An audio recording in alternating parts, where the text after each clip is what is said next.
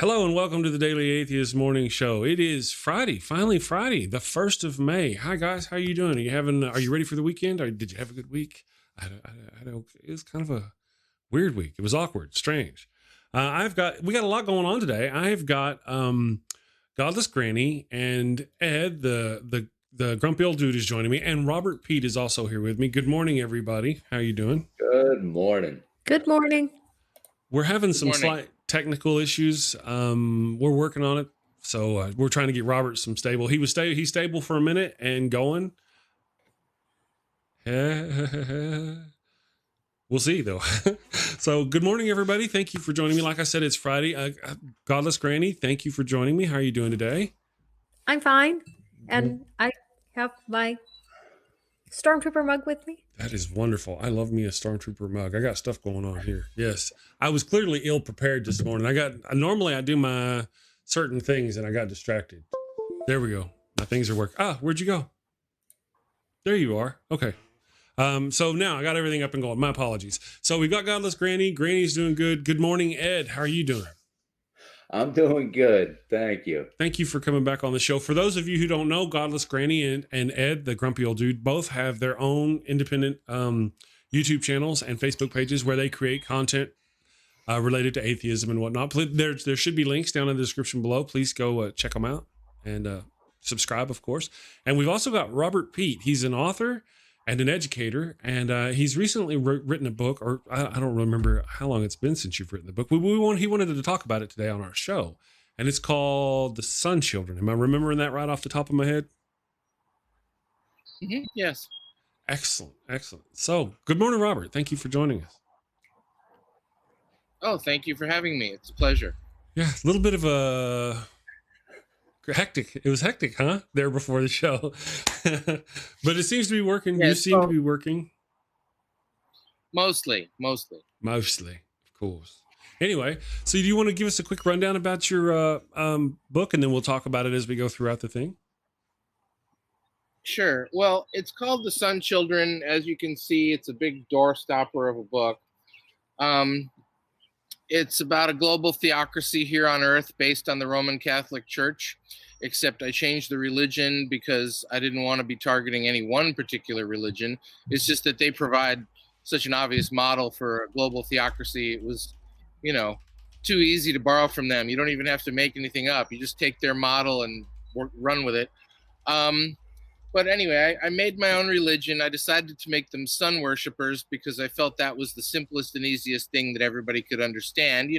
Thousands of years ago, people thought the sun was a god. So that makes it easy for everybody to see. And the difference between this and The Handmaid's Tale is Handmaid's Tale, Atwood uses religion as a way for the patriarchy to control women. In mine, I wanted to make clear that theocracy itself is the evil. So you've got good men and women, and you've got evil men and women. And the difference is really, are they on the side of the evil theocracy or not? Well, that's an interesting take on it. Actually, we could do that even in The Wives' Tale, couldn't we, though? I mean, in that there are women who are on the wrong side, who help oppress other women. So there are bad women. Oh, sure. Okay, just clarify. Yes, absolutely. No, it's just that in that case, the system, the main purpose is to oppress women, whereas that's not the main purpose in my system. Gotcha. Handmaid's Tale completely twists with the sequel. I've heard that. The sequel focuses much on Aunt Lydia and how Aunt Lydia came to be the way she is. See, I'm unfamiliar. I haven't seen any of it. I'm not going to spoil the end, but it's well worth reading. Cool. So how long go ahead. Okay. No, my apologies. Oh, no, you're the host. I was just going to say that the other main parallel is with the Hunger Games. If you notice, I love the Hunger Games. I think it's great. It's got all 4 conflicts, man versus man, man versus nature, man versus society, man versus self, or I think today we should say human versus human. Anyway, but the one glaring omission in the Hunger Games is religion. She does not mention it at all. And I think the reason is she didn't want to offend anybody. Obviously, I'm not concerned about that. So what I borrowed from her is the human sacrifice angle. in my story, you've got global infertility problem, borrowed from Handmaid's Tale, but I go totally different with it. And well, I'll back up. So you've got this unexplained global infertility problem, which has reduced the population of the world to about 1 billion, which is where we were at in about 1800. So if you can picture about that level of population, and you know that in such a situation, you would have someone say that in order to impress upon our God how important children are to us, we need to sacrifice children to our God. So the God is the sun, and every year they send a bunch of children in a space shuttle to the sun to sacrifice them to impress upon the God how valuable children are to them and hopefully gain a reprieve from the global infertility problem. You know, conservatives are very important to us, and I think therefore we should demonstrate to the sun how important they are to us. sorry, kind of I went there. Yeah, right. Couldn't help myself. I think I had a stroke. Carry on. Yeah, that's good. But because of the infertility problem and the global shortage of children, they can't always sacrifice children, right? So they've got a rule that they won't sacrifice anybody who's still breastfeeding. So they at least wait until, a year or two old. And in a case when they don't have a child available, they can sacrifice anybody up to the age of 25. So in my scenario, the Earth is divided into 10 provinces. Every year, each province selects one person to send, okay? And with the low population and the infertility problem, there actually aren't that many people to choose from in each province. So my main character is a true believer, all right? She's 23 years old. She's totally on board with the system, and her dad gets the letter, all right? The letter is, we're really sorry, but this year your daughter has been chosen to go, and that's it. So she was not planning to meet her maker so soon, but she is a believer and she's willing. So she's like, okay. And they give her a couple of months to prepare and help her dad get the house in order, stock up, prepare herself mentally, say goodbye to everybody, blah, blah, blah. So there's a shuttle that goes from Rome, naturally, carrying the 10 sacrifices. And I looked it up. It takes about 6 months to get to the sun. So they go into cryogenic sleep. They travel for 6 months. And the plan is to wake up a couple of days out from the sun, which will give them time to prepare and pray and all that happy stuff. And then they'll, meet their maker. What happens is they do the 6 months, they wake up, and immediately our main character discovers that 4 of the 10 are atheists who've been sentenced to death. And they say, we're not dying for your religion. We're turning this ship around. And that's when things start to get interesting. Gotcha. Interesting. It does sound like a kind of a different take. There was quite a few different shows that came out there for a while that all had a similar take. There was the Maze Runner, and of course you already mentioned the one. With the chick. The Hunger Games. The chick always has the same face. With the chick. Yeah, they all have a chick, right? And there was there's just quite a few of them of a similar nature along about that time. Yeah, well, as I said, I was inspired in part by each of those 2 stories, but I really wanted to get fully into the evils of theocracy. So you've already heard about human sacrifice. There's every other evil you can imagine. But the story is really about the journey that the main character takes from devout true believer to realizing that her church is not what she thought it was. And her eyes are open. She comes to doubt and question everything. And it's a good journey, I'm not trying to pick on believers. I'm trying to say, believe what you want, but the idea of organized religion is just not a good one. Right. When was your book published? I put it out in February. Okay. After 6 years of work. You self-published it? Yes, but I actually have a publisher reading it right now. It's gotten more interest than any other story I've done. Interesting. Yeah, I've known you for long. Didn't you used to have, or you were part of a little publishing group there for a while, weren't you, Robert? Oh yeah, yeah. A friend of mine created a small press because he was tired of dealing with traditional publishers, and he put out his own first novel, and he became my publisher for a while. And I have since then taken my stuff back into my own control, and I actually like it better this way. Gotcha. But I guess it's just a matter of finding the right fit. Is this book part of any of your series books, or is this just an independent story?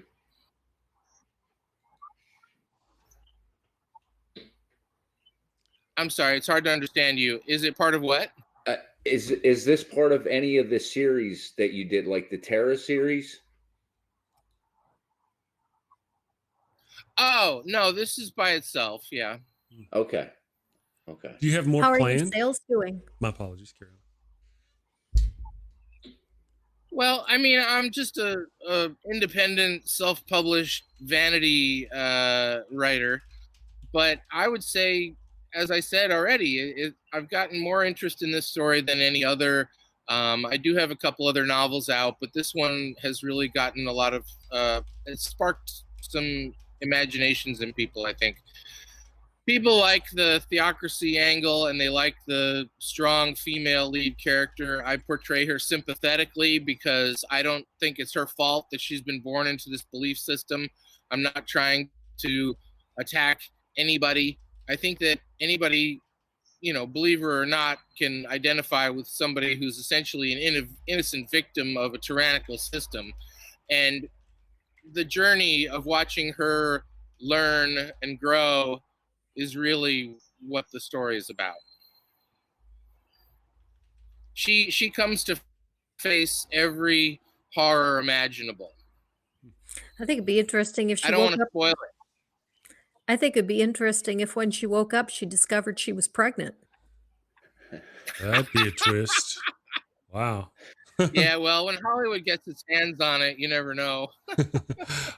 Kristen Bestnave ever asked if it's available on an audiobook or ebook? No, I get the audiobook question a lot. I do have a couple of performers who've signed on to do audiobooks for me, but it hasn't happened yet, and that includes with this, I'm sorry to say. Are you doing any book promotion events? Other than this, not really. Okay. I'm always willing, but because of the pandemic, everything's closed right now. True. Well, okay, as a self-published author myself, because I self-published a book back in 2013, I have another book waiting. I'm just, in my mind, I'm like, I ain't self-publishing this one. I'm gonna hold on to it until I can just find the right. Of course, that, you know how that works. But let me ask you. I did some research. You say you've got this book being eyed by a publisher. In my experience, publishers don't like books that have already been published by you on the internet. How did you get around that? But then you look at a case like The Martian, where Andy Weir was self-publishing The Martian on Amazon, on Kindle. He wanted to make it free, but the minimum is 99 cents. So he put it at 99 cents, and pretty soon he was making $100,000 a month, and he was on the New York Times bestseller list. And then a publisher came in and said, we want a piece of this, and they scooped him up. So really, no, those are different. Now, so let me ask you something. Your book is now on the bestsellers list. You're selling thousands of copies of it every month. No, so not at all. So how do you? That's what I'm hoping. How do you get a book from an unknown author that hasn't done that kind of thing to get a publisher to look at it? That's kind of the question. Well, he was unknown, and my point is that anybody can do that if they have the right material, and it all depends on whether it takes off or not. I don't expect mine to take off like that, because a science fiction story like The Martian, which is not addressing religion, is automatically going to be more popular. I don't expect ever to be as popular as that or any other big name, because I'm tackling the toughest issues that most people don't want to deal with at all. Right. So I feel that I have a niche audience. The people who are interested, go ahead. Well, I'm not trying to knock you or your niche. The question I'm asking is this: how did you get a publisher to look at your book? You've already self-published it. Most of them even say on their website, we will not publish it if it's self-published on the internet. Yet you have not reached bestseller status. So how did you get them to look at it? That's all I was asking. True. Well, number one, I'm not pursuing publishers because I don't care. But number two, I was at the AWP event last year, that big Association of Writing Professionals thing. I actually paid $650 for a table to sit there and sell my books. And people walk by, they talk to you, blah, blah, blah. And this one lady who happens to run her own publishing house stopped, we talked. She specializes in coming of age stories. So she could see that this was actually a coming of age story about this young woman, you know, maturing and growing into a more enlightened person. And she said she'd love to read it. So I sent it to her. She's got it. She's reading it. If That's anything wonderful. comes of it, great. But, you know, I'm not pursuing that. My position is they can come to me because my job is writing. It's not selling myself. I don't care about that. I'm not a good businessman. I'm Emily Dickinson. They can discover me after I'm dead. Interesting. Okay. Well, yeah, that's kind of what I was getting at. How did you happen upon that? I've heard other stories of other writers who went to certain places, conventions or authors clubs or book clubs or something like that, and ran into a publisher, and the publisher was willing to read the stuff and blah, blah, blah. And the reason why I asked all that is because you go to publishing websites or try to find out what, you know, where you can submit for publishing. And many times on real publishers, they will say, we will not take self-printed work, period. We will not take it. Now, the non-real publishers, like you mentioned them earlier, the, what do they call them? The vanity publishers. You know what? We'll publish your book. It doesn't matter how crappy it is for $3,000, and you can buy all the copies you want. Yeah, I mean, that's those guys. They'll publish your self-published book. They don't care. Sure. But a real publisher, that's why I was asking.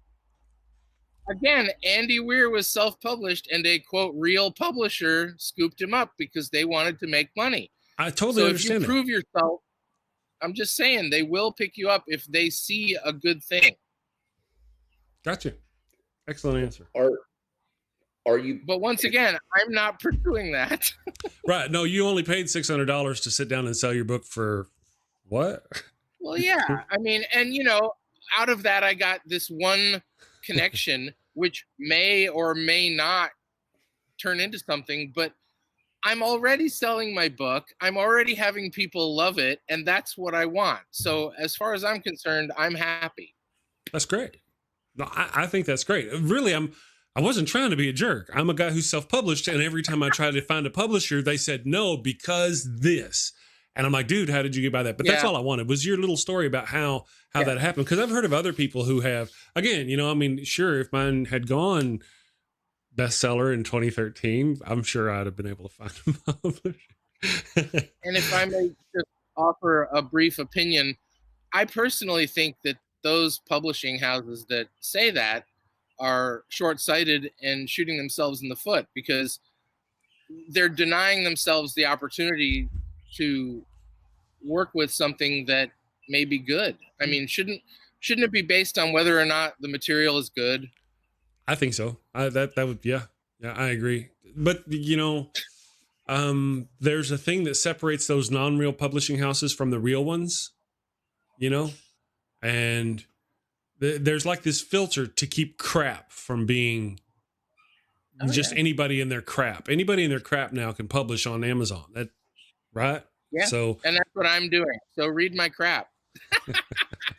That's true. That's true. All right. So let me refresh some people. Yo, Natural Atheist. Yo, howdy.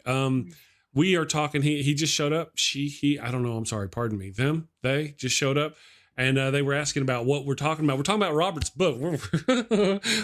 We moved into publishing because you know how it is. But we were talking about Robert's book, The Sun Children. And it's a kind of a play on, I don't want to say a play on, a mix of various, it's a genre with a commentary about religion. And then of course the, the mixing of the Hunger Games and the what is it called? The The Wives? Hunger Games and Handmaid's Tale were Handmaid's sort of Tale. inspirations, but it's definitely its own story. There's just a couple of small similarities that I ran with and went in my own direction. Gotcha. And now, do you have a series of books planned, or is this out of this Sun Children? Are you just going to wait? I will. Yes. I will break the news here, Chris. Your viewers will be the first to know that I am already working on a sequel. Yes. Oh, I see. That's my question, Chris.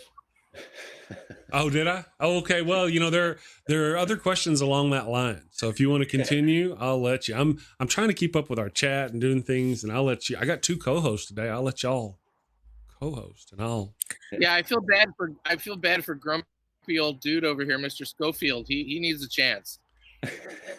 Yeah, what's up with you, Ed? I'm kind of. I remember reading one of your books years ago, but I cannot remember which one I read. I do know I liked it. As soon as I heard your name and I saw you on Chris's show the first time, I was like, "Hey, I remember that guy." So for everybody watching, like he definitely writes some good books. So it's probably worth a read. You had that. Thank you. Which can you name off, if you don't mind, some of your books? I don't mean to interrupt you. There's just this horrible delay for. Oh, well, the book I'm most known for. No, it's fine. Oh. The work I'm most known for is Sisyphus Shrugged. I wrote a sequel / rebuttal to Ayn Rand's Atlas Shrugged, and I actually got a letter from Nancy Pelosi saying she looks forward to reading it. That one got me on the radio. And, that was a lot of fun too. Yeah. So I tend to use my fiction to tackle deep philosophical issues, whether it's capitalism or religion or anything else. I do short stories. Each short story is sort of like a Twilight Zone episode that deals with a different social issue. To me, it's not worth spending my time on unless it's something that matters and it's important. I'm not interested in writing superficial fluff. I want to deal with what is important. So that's what I use my fiction for. Well, it sounds, you put a lot of thought into it. 6 years. That's a lot of time to mull over a book. Well, the truth of the matter is I worked on it for some months in 2013, and then I put it aside while I was writing the sequel to Sisyphus Shrugged. And then I picked it back up again last year after this publisher's interest. So in my opinion, whether she decides to publish it or not, I'm eternally grateful to her because she prompted me to finish it. I worked on it from September to February last year to this year and finally got it done. And it was just a weight off my shoulders finally to get it finished because I thought I never would. But she really motivated me, and I just can't thank her enough. That's good. Did you have someone edit it for you? No. I had 3 beta readers. And of course, I don't know if you're familiar with this Godless Granny. He's actually an educator. He teaches. What do you teach, Robert? Don't you teach English? Yeah, I'm an English teacher. Yeah, I'm an English teacher, and I also edit other people's books. So normally when you ask somebody if they who edited their book and they say, "Oh, I did it myself," you're like, "Oh, okay, I see, I got you." But in his case, he actually had it was actually really edited. I edited my own book, and you can tell. Actually, the book I wrote back in 2013, not that this is about me, I'm learning how to not say I so much, but the book I wrote back in 2013, I didn't have any writing experience. So I wrote it, self-published it, went later and took a college class in writing, and then looked at that book again. I was like, oh my God. So I downloaded it. I put the commas after before the buts and did all the thing and fixed it. And so hopefully now it's better. But you can do that with Amazon books. And my understanding is with a digital book. So now I've found errors and I go update it. It'll actually update on people's device. So if they purchased the book years Interesting. ago, they'll get an updated copy of it. That's one of the benefits, I think, over hard copies. Okay. That's cool. I thought they had to go in and update it themselves, but if it happens automatically, that's even better. Well, you know, they may have to. To be honest, I don't use it. I just remember whenever I updated it, I was under the impression that it would update the other people. They may have to go manually do it. I don't know, to be honest. I don't read them, but I do know that after you update the book, it's possible. Whether they go do it manually, oh, there's an update to the book. Either way, you know, I mean. Yeah. And I'm not big on ebooks myself, but I know a lot of people are. And as for audiobooks, it's the same thing. My position is that anything that, you know, sells my book and makes me money, I'm all for it. So I've got ebooks of everything. I just haven't managed to get the audiobooks out there yet. I think that was a question we missed then earlier, because somebody asked, I think it was Kristen asked specifically if you had it on an ebook form. That's right. And you do have it in ebook. Okay, so he does have it in ebook form. Coming soon, someday. Wait, and I get confused. Yes. 1 second, I'm saying you have it in ebook form, and then you say coming soon, someday. Do you have it in ebook form, or do you not? Book. All right. I have ebook, but not audiobooks. The audio delay is killing me, brother. It's not you; it's just the internet gods or something. Amiga Nuts asks, so when does capitalism have electronic books? And now she gets to enjoy the delay. When does what? When does capitalism have issues? What is it? Amiga Nuts was responding. Where does capitalism have issues? Actually, when does? The question is where does? Oh, when? Every day. Yeah. I'm not for capitalism. I would be a social democrat kind of person, democratic socialist. I don't know what you call it, but same here. My position is that.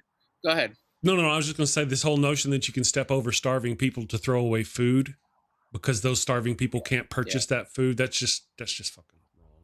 I don't care, and that's capitalism. Yeah. I have a friend who used to steal food on principle. He felt that it was immoral for human beings to charge each other to eat. So every time he went into a store that had food, he would steal. But fortunately, he stopped doing that, and I'm glad, because I don't want him to suffer any legal consequences. Of course, yeah. You know, that I remember being a kid, and there was this thing about water, and I'm like, why would you buy water? You can just go get it right over here, you know? And then, now we buy water. Unless you're in Flint, then you can. Well, you know, you probably shouldn't in many places. I was sitting here at our house, not that I guess we're talking about that, but sitting here at the house, and the coffee maker, I was making coffee out of the water from the tap here. And, you know, like the first pot would be good, and the second pot would be like, yuck. And I'm like, oh, I'm putting too much coffee. No, that wasn't it. I'm putting too little coffee. So I added a little bit more. I couldn't get it right. And then the wife finally said, it's the water. It sucks. So I went and did it with good water, just water out of the thing, you know, that we buy at the place with the stuff. Coffee tastes delicious. So now that I know that, I'm like, my poor dogs. This morning we had the conversation. Well, we're going to keep feeding our dogs this trash water. I come from West Texas, and they used to have a lot of minerals in the water. And I've never had it happen to me personally, but I had a friend's dog pass away from all the clogged kidneys from all the minerals. What's that mineral that develops around the shower head? You know what I mean? That stuff will hurt animals. Calcium. I'm sorry. Thank you. Calcium. Those kind of things, whichever one they are, they vary from place to place. In other words, giving them tap water over long periods of time, depending on what's in the water, can be bad for your animals. I knew a woman that had absolutely the best coffee I had ever tasted. And I asked her, what her secret was. And she said it was the water. She said she used distilled water. But I tried making coffee with distilled water, and I still couldn't make anywhere near as good as hers. So that couldn't be the only thing. Yeah, I don't know. It tasted pretty bad, and I would actually smell it. I could smell it when I walked up to the coffee pot. I was like, oh, this is one of those. I don't know what I did, but I did something wrong, because you could just smell it's like this chemical And it turned out it was the water. It really was. I don't know what kind of water we get. We go down to this place and we're like, give us water. And they go with this water and it don't smell and it don't taste bad. That's all I know about it. But the water here apparently does. You want toilet water before or after it's toilet water? I'm glad we got to hear from Godless Granny. I was thinking it was. Yeah. Yeah, she's here. She's saying hi. I just wanted to say I hope we can hear more from Godless Granny because we haven't heard from her very much yet either. Well, I'd be happy to let you know that I have a new video coming out in just a couple hours. Let's see, what time is it? It's 8:30. In an hour and a half, I'm premiering a new video on transgender. I just finished, my last video was called Transgender for Beginners. And in the intro, I mentioned that I hadn't planned on doing another transgender video again so soon. But just hours after I published that last one, AIG published an article against transgender people. And so I responded to it with a new video that I call Granny Blows a Gasket. And I had a lot of fun playing with special effects in this one. And it is by far the longest video I've ever done. It's over an hour long. But watch it all the way to the end of the credits because it's at the very end that I do a bunch of things with special effects, just tongue-in-cheek blowing a gasket. You want to fill us in about what the article said or anything? Well, a little bit more? I just want to say, oh, sorry. It's the delay. But the article, it focused primarily on biblical issues, and I got Jen from Jen's Little Corner to do an interview with me. So I handled the biblical issues and she handled the transgender issues. And I went over why the Genesis passage that they refer to doesn't say anything against transgender. And even I said, Eve was trans. I mean, God took Adam's rib and formed a woman. It was male. He made it female. Eve was trans.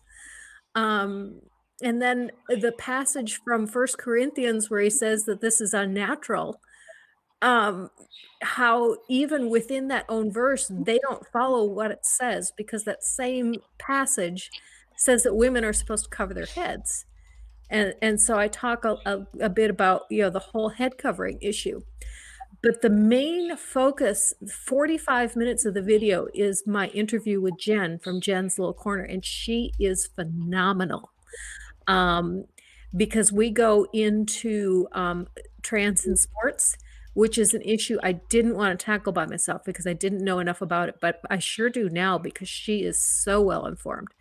And I didn't realize it, but Jen is not only trans, but Jen is intersex. Jen was born with both male and female chromosomes. And so she talks about some of that. And we talk about some of the slurs and how AIG tries to put these people down. And one thing that she brought out that I had not realized was that the whole reason that the right is going after the trans people is because they lost their fight on gay rights. They went after gay people and they lost. So now they figured, well, maybe we can make it against trans. There seems to be a lot of that. I'm sorry, Robert, go ahead. No, it's all right. I just wanted to say that as a teacher, I've met a lot of trans students, high schoolers, and even, the occasional middle schooler. But my point is that I've seen firsthand how when you're experiencing something like that, life is hard enough. You're already going through enough that you don't need anybody else making your life harder. So it's just been heartbreaking for me to see the struggles that some of these people, young and older, are going through. Mm-hmm. One thing that's kind of funny is some people got a sneak preview of the interview with Jen because when I did it, I set it up as private, but then I made a mistake in starting the interview and I accidentally left it and had to start it again. And when I restarted, I forgot to make it private.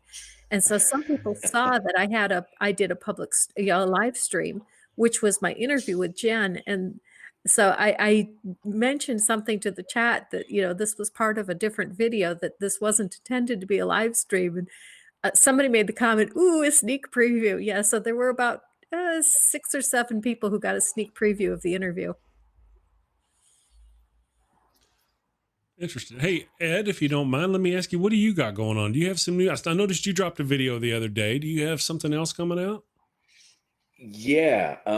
I finally got some of my tech issues figured out. I have a pretty good editing program now that doesn't have any watermarks or anything on it. Good. And I am looking into a group called the Black Hebrew Israelites. So I'm going to be doing a video on those guys.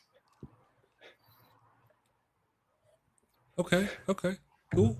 Are they a racist group? I'm sorry, I just had to work because yeah. Okay, Black Hebrew. Yeah. So are they black? Yeah. Well, not all of them. They claim that that would just Africans, be racist. Yeah, Africans, Hispanics, and Native Americans are the lost tribes of Israel, and everybody else is either Neanderthals or Cro-Magnons, and we need to be separated from them. See, you guys, for those of you who are familiar with it, I debated a Christian just after I started the Daily Atheist Morning Show. It's just a brief thing. And one point he brought up was that, whenever I mentioned the murder, death, kill that goes on in the Bible, he was like, well, those weren't real people because they were, somehow they were Neanderthals or they were descendants of the Nephilim or the sons of God and the children of, they weren't real humans. And that's how they define. So I'm like, what does that end? Where does that end? Who determines what is a real human and what's not a real human? That sounds a lot like fascist Nazi Germany, doesn't it? Where they were going, these are, so whenever you start using religion and especially skin color to determine that these people are not human, that's bad. That's bad right from the very beginning. And that this is a guy I'm debating, a modern Christian today. I had that notion. Yeah, this group that I'm looking into, they basically take the same things as like Christian identity or Aryan nations. Mm-hmm. They use those same things and just change the words black and white. Really? But yeah, they preach the same kind of hate. It's like that's it's like they just want to hate. Like he says, and honestly, I've looked into them. They're not a religion; they're a street gang. They actually sit there and practice like military type drills and do like military type training. They all wear the same kind of uniforms and combat boots. Yeah, I didn't think they were a religion. Oh yeah. Like every video I've seen, it's all men. You don't see any women. Like, they're hardcore. Women stay in the back, and just do what they're told. Yeah, in the kitchen. And yeah. I had one guy in my chat one time arguing for male chauvinism, modern day male chauvinist. He was defending them. I'm like, what the hell? How do you? No, we conquered this land. We get to brag about it. I'm like, that's just dumb. You're going, and so there are people out there who really believe those things. There are things that white European people did. We did good things. We did bad things. There was good and bad. We did it all. But to claim that the murder, death, kill, or the slavery that we did, we should be proud of that because we won, essentially, we were the stronger. That leads to more problems. That's the wrong kind of thinking for a society. And then you start teaching children that kind of crap, and then those children end up hurting other people. That's craziness. Yeah. AIG had an article a couple days ago about why slavery in the Bible was okay. And they were trying to justify it. And I know they don't actually read the responses they get, but one of the things I said was, okay, you're okay with someone being beaten as long as they don't die in the first day or two. Are you willing to submit to such a beating? Yeah. Well, they don't like that, do they? I also asked, are you willing to be my slave then, since you're okay with slavery? Yeah. There's a I lot of asked things. that to Steven Anderson. Yeah. Now, have you done any debates? Any of you? Have any of you debated a Christian on anything publicly? Not on my channel. I've put the offer out there, and none of them will take it. Gotcha. So I might start. I'm working up a little. I don't know how I'm going to do it yet. I've got several different groups of people, including Paul Camish, who are wanting to do some. Oh, and I think Empathetic Atheist and several others who are looking to do some debating. So I'm trying to work that up and get it all. You should be the moderator. That's kind of the deal. Actually, I'm planning to moderate for these other people who want to do the thing. I don't really particularly like to debate. I get too impassioned. What do they call it? Ranty Chris. I become Ranty Chris, and that's really probably fun to watch. It's not very good for winning debates. But like, that guy was great, but he's just a jerk. That would be me. So, yeah. And, That's why I like to write. Right, yeah. Brainbug makes a good point here. There are many Christians, where did I say that? Who would be willing to martyr themselves to such a beating, to prove themselves. Yeah, it wouldn't surprise me to have people take that. Kristen asked if I got a new camera. She said the image is looking great. Actually, Kristen, this is the webcam on my computer. The one in my videos is actually the better camera. The biggest issue I have with the video image is it's going through a teleprompter, and sometimes the iPad that's reflecting onto the teleprompter is causing issues. I've also been having some light issues with glare. The one that I'm putting out today, I had to shoot the whole thing twice because there was a light spot on my chin through the whole thing, and there wasn't anything I could do about it. I had to just reshoot the whole thing. And I had the same thing happen last week where there was a spot. I don't know how. I looked at the picture before I started and I didn't see anything, shot the whole thing, and then there was a spot and I had to redo the whole thing. Yeah. I've had to do these similar things.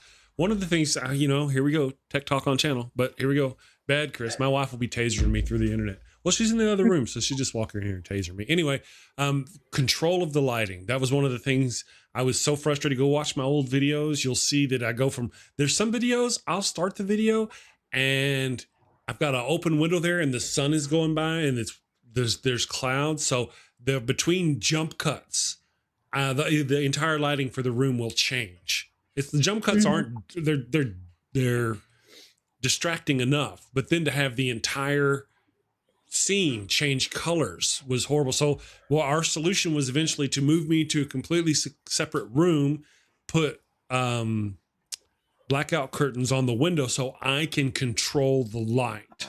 If I want it bright in here, I can have it bright in here. Everything looks good. Every day my show looks the same unless my dogs open the blinders. That gives me the ability to do those kind of things. So as somebody who's been through what you're going through, Godless Granny, I feel for you, girl. I do so much. Yeah. I got my teleprompter after I figured out the whole lighting thing and got into a room. I can't imagine the trouble I'd have had with it, with all the light. Cause I used to have these two big, huge umbrella lights just beaming on me. And then it would light up like you have the similar problem. It'd light up my iPad on the thing and the iPad would reflect in the, so I feel you. Sorry guys. Tech talk, bad Chris. Well, that's all right. I'm glad you did. Now I know I got to get a blackout curtain on my window. Yeah. We'll get that blackout curtain every day you come in there. You prepare to work. You turn on your light. Your lighting is the same every day. You know what you're going to do. Matter of fact, did you guys see that commercial I ran yesterday? I think all of you saw the little commercials I made yesterday. I intentionally changed the light. I opened up the blinds and I made sure all my lighting was different so I could run this little, hey, everybody join us tomorrow on that. So, it's just kind of a lighting thing because I control the light. Okay. It doesn't control me. What's that? That's what I was thinking. What's that? You're God. You control the light. You're God. Let there be light. Yeah. I am God. Well, actually, he's like down here. He's down there. That's God. Yeah, and you guys have seen, any of you who've seen my Wild Bill Wiggle Stick, when I put on the cowboy hat, I changed the light in the back to red because I control. That's my deal. Whenever I with things like her, her camera here is giving her a better picture than her more expensive, better camera. Why? Lighting, control, familiarity with the camera. I have no doubt that once she gets that other camera figured out and her lighting controlled, it will look so much better. And Godless Granny will just be, because she's one of those channels that progresses. Every time I watch her stuff, she's moved a little further, a little further, a little further. Because I learn how to do something new every time. Mm-hmm. Yeah. The biggest tech issue I'm working on right now is I have run out of disk space, and I cannot figure out what is clogging up my disk space. I can help and with I'm that. constantly getting disk errors. You may, part of your Filmora, whenever you create Filmora and you drop all that stuff in there, it saves all that stuff in an extra folder. Every video, every picture, everything goes into this extra folder. Me, I save all my templates. So Evil God Monster of episode 9, 10, 11, they each have their own template. Each one of those templates keeps every freaking video you've ever. So I have the same problem on my hard drive. It's getting full because of the Filmora has that hidden folder and it's filling up your hard drive. Okay. May not be in your case, but in my case it did. I think you're right. I just keep opening folders trying to figure out if I can solve the problem, and I've got it. I found Dropbox this last night. In fact, the video I had major problems uploading. I was up until 3 a.m. uploading that video because it took 8 hours. And then when it finished, I discovered that Dropbox had all kinds of videos that I didn't need on there. And I think once I got all of those out of Dropbox, it probably would have gone a lot better, but we'll see. Gotcha. Yeah, that may help. Now Robert doesn't have a YouTube channel, but you do have Facebook pages, don't you, Robert? How do you? Yeah, I have my author page, and I also have pages for a couple of my books. Facebook page is independent for those. If you'll, after this thing, you should give me the links to those and I'll add them to your bio here to help shovel people to your pages. Yeah, sure. Thanks. Yeah. And I want to say that I'm really impressed by what Godless Granny and Grumpy Old Dude are doing. It sounds to me as if we're all doing good work in our own ways about different topics, but the goal, the general overarching theme is to make the world a better place. And I really appreciate what you're doing for trans people. And also with the street gang you described with the Black Hebrews, that's just wild. I had no idea this was going on. So thank you for raising awareness. Thank you for raising awareness of all of this. Yeah. Well, thank you, Robert. I appreciate that. Yeah, me too. They're awesome, aren't they? I mean, I stumbled into this awesome group of people about 4 or 5 months ago. There's Best Name Ever, Godless Granny, Chris the Atheist Pastor. There's quite a few of them. They're all, this group of friends, and they all seem to have their different, they're all atheists, and then they tack on this one little extra thing that they're going to kind of take on. Godless Granny, she's an atheist. She's about atheism and stopping the oppression of Christian religion, blah, blah, blah, blah, blah, blah, blah, blah. But she's also a champion of trans and LGBT plus rights. She's got that. That's like primary. So it's this and this with her. Grumpy Old Dude, he's an atheist, the atheist guy, but he's also into racism and making sure these white supremacist groups who are couching in religion and doing that's his whole shtick. Chris the Atheist Pastor, he's a little bit on the right, more right than the rest of us, are kind of generally as an atheist speaking. And his deal, I don't know if he's changed yet, but his deal was not only is he an atheist, of course, but he's also about helping other conservative people who are also atheists come out, because when conservative people try to bump into our groups, there's often issues because they're conservative. So we may agree on not a religion, but we're going to argue with them, and they don't really ever find a safe space. So that was his little tack on, was to help them find that safe space. So this group of people have just been wonderful. And Neil is here. Hi, Neil. Neil, now I think I put you in touch with Neil. Or did you get in touch with Neil? Hi, Neil. Okay. I did. Good. Yeah. Now, Chris, and don't forget to mention our little Buddhist buddy, Jay, from the Nevermore Tavern. Oh, absolutely. But I appreciate them all. It's just to stop the show and go, okay, well, there's Matt Pig and Timmy and Susie and Lily and blah, blah, blah, blah, blah, blah, blah, blah, blah, blah. No, I mean, my friends, there were quite a few of them, wonderful people. Dave, we can just keep going. Dave is another one. I have to thank Chris for bringing me into this community because he was the first one willing to give me an interview about my story. That's right, huh? Yep. Yeah. You were the first show I was on. I appreciate that. Thank you. I try to, the purpose of this show and the way I've designed this show is to have other content creators come on and to interview other atheists who possibly have YouTube channels and have guest hosts so we can all increase our channels together. That's kind of the purpose. Or so that's people that's that write books. Mm-hmm. Yeah. Yeah, I write books. stories. I like to use my stories to make the world a better place. But, you know, Chris, what you just said reminds me of the history of atheism on this planet and how we're all here to support each other, and how in the past atheists were really oppressed and alone. Mm-hmm. And now, thanks to the internet, people like you bringing people together, we're a lot more supported and connected than ever before. And it's obviously a step forward for everybody. True. I didn't realize how much fun being an atheist activist would be. As crazy as that sounds. Yeah. I know it sounds crazy, but it's fun. It can be fun. Now, doing the channel is a lot of work. I ain't kidding. It's a lot of work. But let's get past that. Where I get on here and I'm going, you guys is crazy. You're going to hell. And I get to do my own nutbaggery, and it's just really wonderful. And then I meet all these awesome people. I had Seth Andrews on my channel. I got to talk to Arn Ra.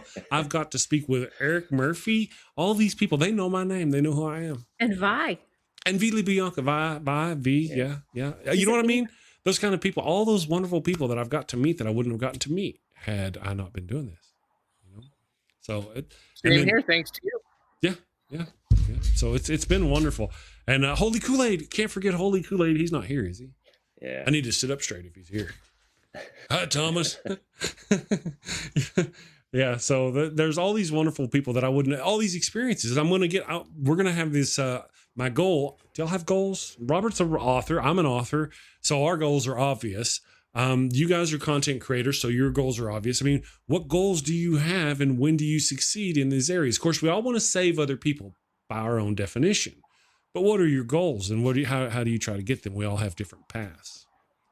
You know, mine is to spread my nutbaggery and hopefully get paid to do it. Of course, I get no money. I ain't no money in a YouTube channel. But, you know, it does give all these other opportunities. I'm one of those people who, for some reason, I feel like I've got to say something. I need to leave this legacy of my opinion and my way of thinking. I've got to somehow get that out. I've always felt that way. And then one day I stumbled upon a YouTube channel. I'd write a book, but that book it goes, and then it sits over there in my desk, and somebody might have bought it, you know, but they might not have. And now it's gone. I mean, unless but you know, this YouTube channel and having these videos and doing this situation that we do has just really been, you know, that's my way of leaving my legacy. I kind of hope you guys are the same. I assume you're the same. Also, the response is more immediate. On the internet, you're getting an instant response. Yes. Whereas with a book, you need to sort of wait. It's like a slow burn. It'll gradually expose itself to people, but it takes a long time. You're getting immediate feedback every single day, and that's got to be what keeps you going. Yeah, absolutely. Yeah, to a certain extent. It depends on the person and the motivation in there. I do have a question for Robert, though, as far as being an author. Do you think more people are moving away from books in print and doing more audiobooks and ebooks? No, I don't. I think that the people who are reading ebooks and audiobooks and doing whatever are the people who 100 years ago wouldn't have been reading anyway. So if anything, I think that they're more exposed to different ideas now than they were before. It's a niche that didn't exist. So people were always reading books, but there are more people reading books now than ever before. And then you've got the audiobooks reaching a new audience. So I think that if anything, it's increasing and it's more than ever. That said, I will say that thanks to the rise of the internet, we've got more people writing than ever before, except that they're writing at a low level. They're using text speak and all this. So that's a problem, you know, the level of reading and writing. But as for sheer numbers, it has increased. Okay. Yeah, 100 years ago, fewer people were reading, but they were reading at a higher level than most people now. And now there's a lot of, I think nowadays there's so many more people cranking out stuff that's just words on pages. There's not, any of you guys remember the notion that if you had a million monkeys on a million typewriters, one of them would end up being Shakespeare or something? You remember that kind of analogy? Yeah. Mm-hmm. We have proven that's not true. We got 5 billion people, 3 or 4 billion people on typewriters all the time, because not everybody has computers, right? I'm just kind of, give me a break on the numbers, but billions of humans, and we ain't got no more Shakespeare's. Typing all the time. Tick. If I ever form my own publishing house, it's going to be Million Monkeys Press. 1 million monkeys. I am the millionth monkey. And then the question becomes, why would you want another Shakespeare? What's wrong with having somebody who's new? Right. Well, I think the point is to be to somebody who can produce something of the quality of the content of Shakespeare, and that person being new. That's the purpose. I mean, yeah, that's the purpose of that. Somebody, so despite the numbers, sorry. No, my apologies. Galen Thurber is having a problem watching the video. I don't think anybody else is, though, so it's your fault, Gable. It's moving in a not my fault direction. It's your fault. We can blame Robert. Yeah, right. So you might refresh the page. That's the best I got. But anyway, let me just check up with the chat here. Dee Dee is slippery. What are we talking about? Did I miss something? I don't know. I think I missed something. Oh, they're talking about Darth Dawkins. We're not talking about Darth Dawkins on here anymore. All right. No, not today. Yeah, not today. No, he doesn't get no time on my show.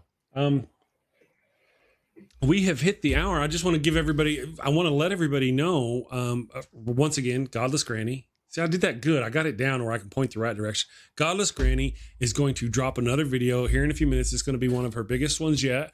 She's put a lot of work. Hour.